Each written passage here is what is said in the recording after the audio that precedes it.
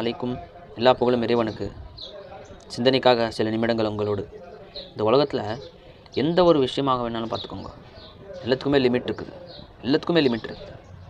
அன்லிமிட்டடாக எந்த ஒரு விஷயத்துலையுமே செய்ய முடியாது. நோ லிமிட்டாக கூட இருக்க முடியாது.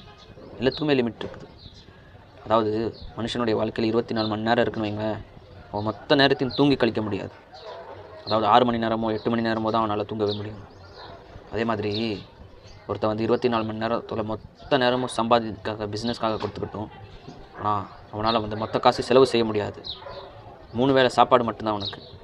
செலவுக்கு கொஞ்சம் தான் செலவு செய்ய முடியும். இன்னொரு விஷயம் என்னென்னு பார்த்தீங்கன்னா, உலகத்தில் 24 மணி நேரமும் மொத்தமாக சம்பாதிச்சு கஷ்டப்பட்டு பல வீடுகள் வாங்கிக்கிறட்டும், ஆனால் அவனால் இருக்க முடியாது ஒரே ஒரு வீட்டில் மட்டும்தான். யோசிச்சு பாருங்கள்.